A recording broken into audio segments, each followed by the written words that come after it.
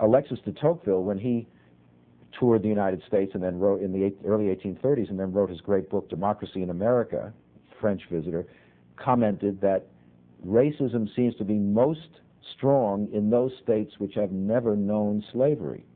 And that Illinois is one of them. The states which were carved out of the Northwest Territory where slavery had never legally existed, he was struck by how pervasive racism was there. Why?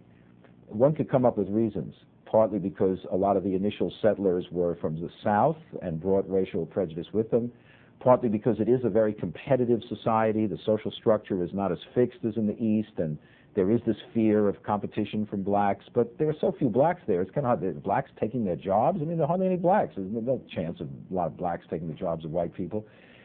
The people who moved west had a vision of American society as a white society. This was their kind of mental map of the country, and they just did not want African Americans there. Also, they're pushing Indians out of the way. In other words, race becomes part of the definition of that society. Indians pushed out, blacks not wanted, it becomes a white society. And for a person like Lincoln, who is a politician, that's a sentiment, as he says in one of his speeches, a universal sentiment, whether well-founded or ill-founded, cannot be ignored.